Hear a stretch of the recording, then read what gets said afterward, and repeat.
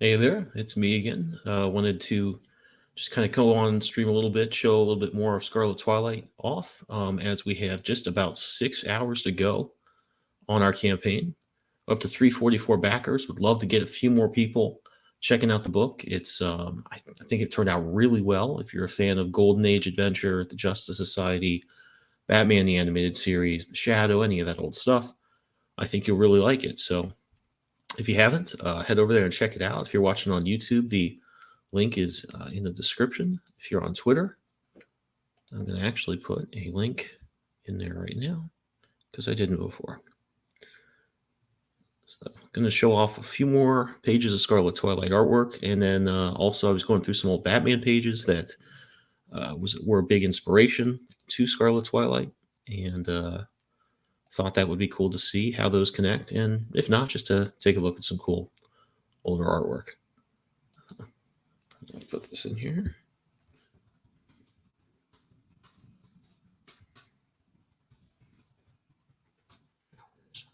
Flowers. All right.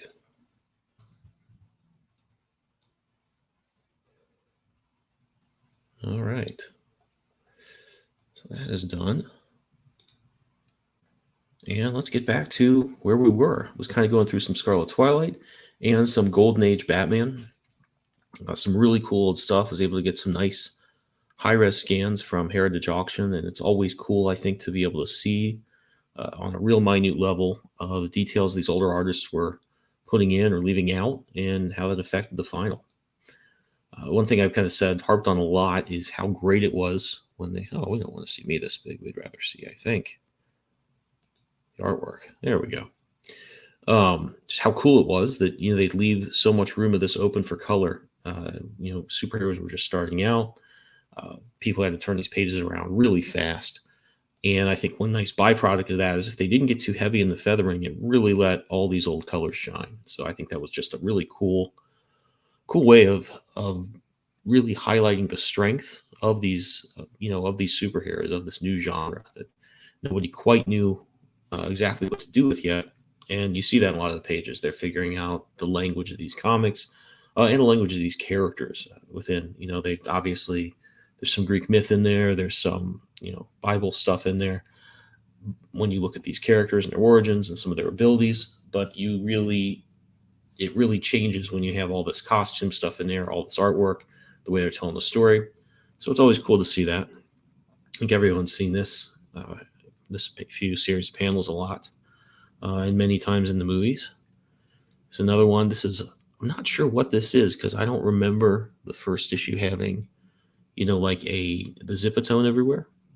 I know I have a bunch of reprints of this, but it kind of looks like a modified version or something like that. This is from the first issue from Detective 27. It was a good story. Batman is solving the mystery of a chemical company that the owners keep turning up dead. It's kind of a Law and Order episode in a lot of ways, but some cool stuff there. As you can see, like his costume was pretty much there from the get-go. I always liked this old cowl shape. I thought it looked cool.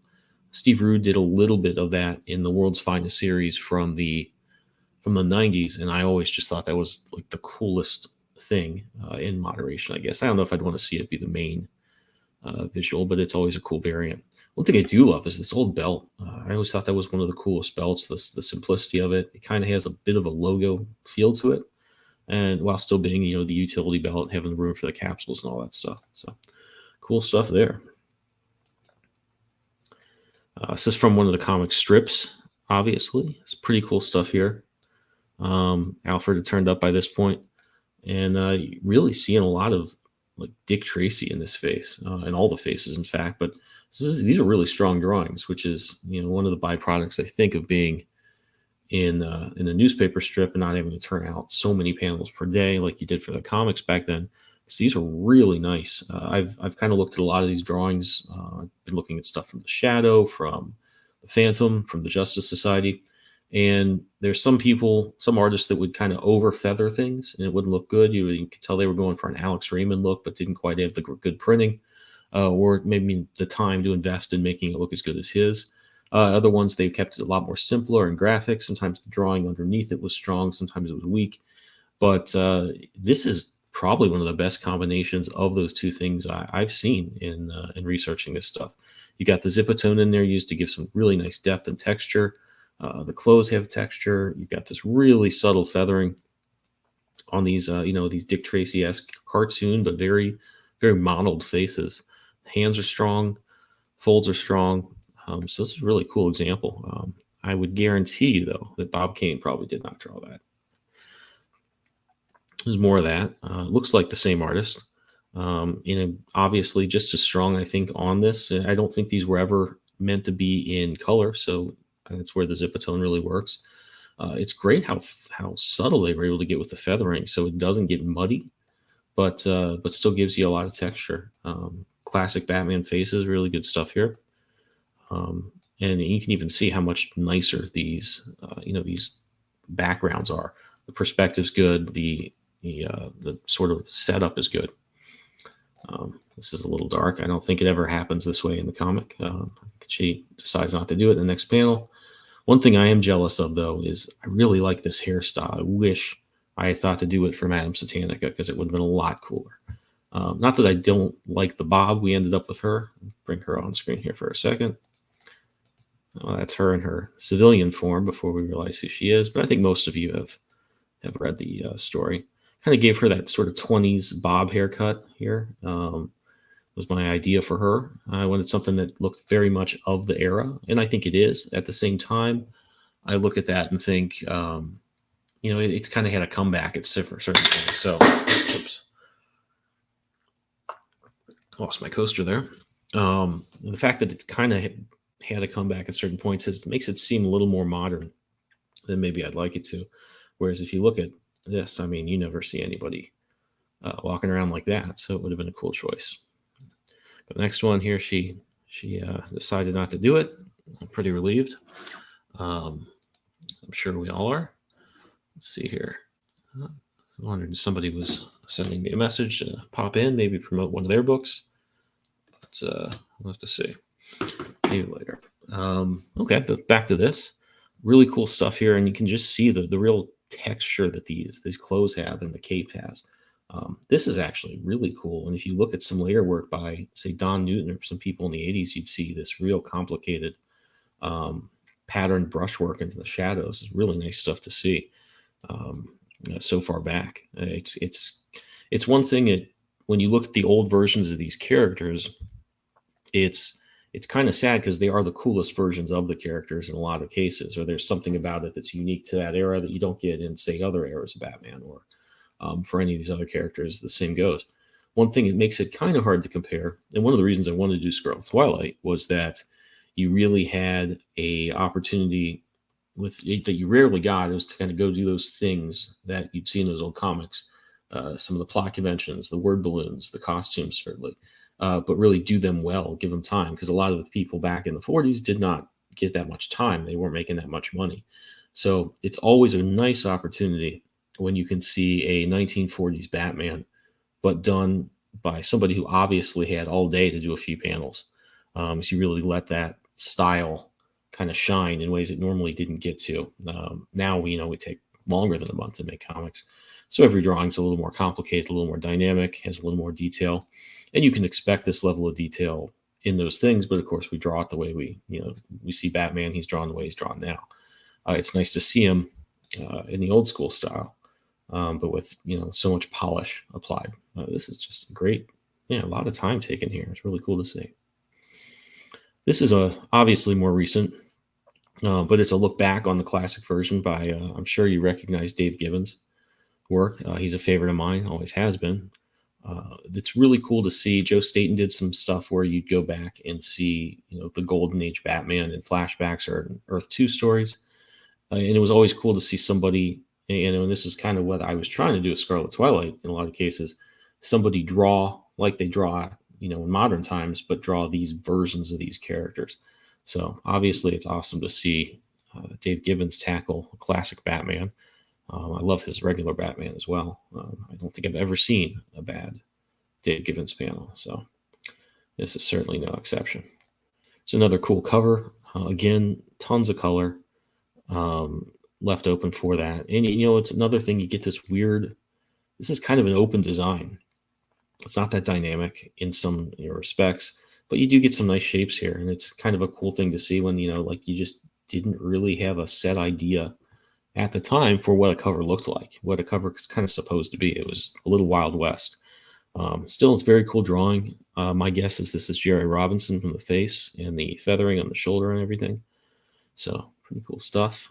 I've always been trying to figure out a way to get the ink or get an effect that looks not just like a weird little dot pattern applied, but really looking like these old comics did. You get the offset that they never seem to be able to avoid. You'd have some colors would be dot patterns, some colors would just be sort of splotchy. So I've always been working on that. This one is pretty cool, and obviously ties into parts of Scarlet Twilight in a few ways. The patriotic aspect and playing up that imagery was a big part of Captain Lancett's character, especially once you get to the later issues where he kind of describes where he came from, how he came to America, all that stuff. I need to zoom in on the gore there, but he's a very patriotic guy, and I think that's something I wanted to throw in primarily because we see so much of it in stuff from this era. So it's always cool to play off that. And again, pretty cool drawing as well. I'm going to step out for just a second and leave you with the trailer for...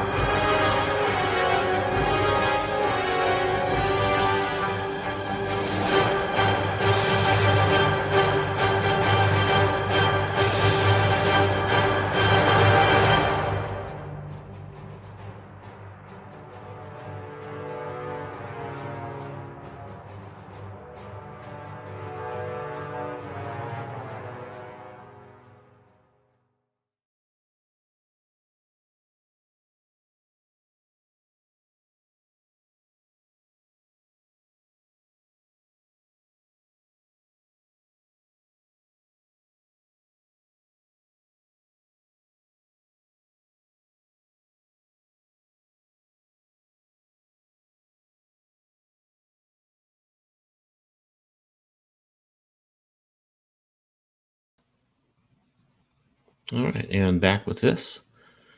Just like I said, taking a look at some of this stuff, how it bled into Scarlet Twilight. It's also kind of a chance just to show off some art of these characters, how the designs came together, and you really see where I kind of pulled this stuff from, hopefully.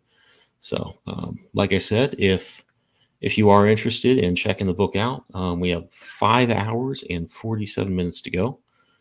So we have 344 backers. Would love to see a few more people check it out before the campaign comes down. And if you're into this stuff, if you're liking some of this old artwork, if you're liking some of these old influences, and it's the kind of thing you want to see more of, check it out. I think you'll like it. So here's another one really liked. Again, very odd layout. You would never see anything like this again. Probably Jerry Robinson again here, judging from the faces. Also, there's a very complicated amount of plot here. I'm not sure why he would be doing that, but at least you can look at this and see how much story there is in it, which is always cool to see. Another really nice thing is, even though these are simple shapes, they give a lot of space, which is I always find interesting. You see these sparse cities, which really feel like they're of the era. And that's something I definitely brought into different parts where you'd see the city. And I think additionally, it's kind of weird to look at old movies that were never, you walk around Manhattan now, it is crowded as all get out. You really can't, expect to ever see the streets that empty at normal hours. And that just wasn't the case then. You could kind of find parking, I think, stuff like that. So kind of a difference, but one that really highlights the time we're in. It's another pretty famous cover. Again, great use of color. Love to see that. Again, probably a Jerry Robinson here. Especially that Robin face is really a giveaway. But yeah, cool stuff there. It might be. Oh no, we have a few more. This one's from a little later on, I think. I don't know if they ever got into the Red Hood uh, issues.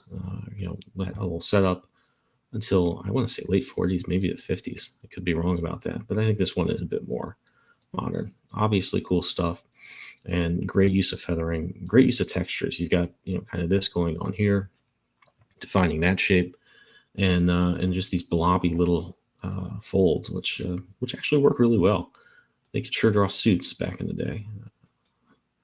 And this is another one I was surprised to see because I didn't know that he was around so far back. But yeah, he's pretty much in his classic design. And this is clearly also not the first time he has shown up. So very cool to see. Again, as with all the other ones, great color, great reproduction. This one might be, I don't know. I wouldn't want to have to guess if this was Jerry Robinson or Dick Sprang. I think it's Jerry Robinson, but yeah, from the ears maybe. But yeah, very cool stuff. Wanted to show this too, just because the sort of patriotic aspect is such a big part of that. This was the back cover of one of those issues, and everything was about the effort, victory gardens, all that stuff. So that felt like something that really had to be part of We Are Scarlet Twilight, just as it was such a big part of that era. You couldn't have any hero really not mentioning it or referring to it, or the advertisements not referring to it. So cool to see. Another thing that was kind of in there is, I wanted to draw these great old cityscapes that you don't always get a chance to do now, given the stories. And I usually do science fiction, so there's not a huge opportunity to do that there. But it's really fun to, just cut loose, have all these lights, really play up the Batman animated, the series of influences, the Fleischer Brother cartoons from the 40s, and put that in the context of some more modern art. So I think I'm almost out of images. We have a few more here. This is from a pretty early one. Julie Madison still in the picture. I think this one there was an actress situation that she might have been.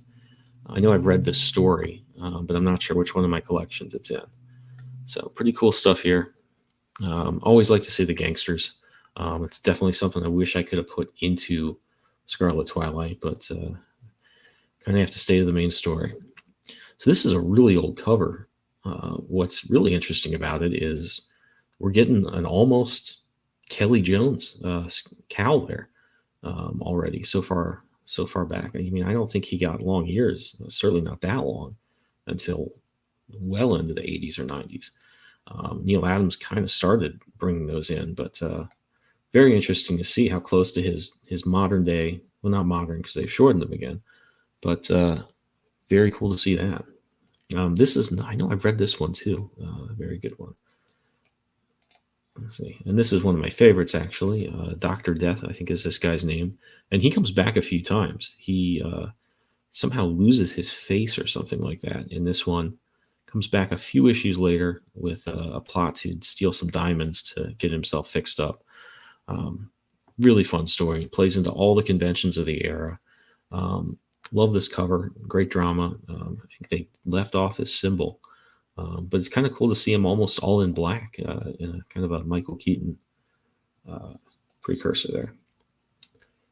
I think that is the last one. So I'm going to leave you guys with the trailer again. Like I said, just wanted to kind of finish up the video I was doing earlier, get the word out just a little bit more, as we only have 5 hours and 41 minutes to go. So like I said, if you're a fan of all this old stuff, I think you'll really dig it. If you had any other chance to head over, you still have a few more hours to check it out. And I'm going to leave you once again with the trailer. And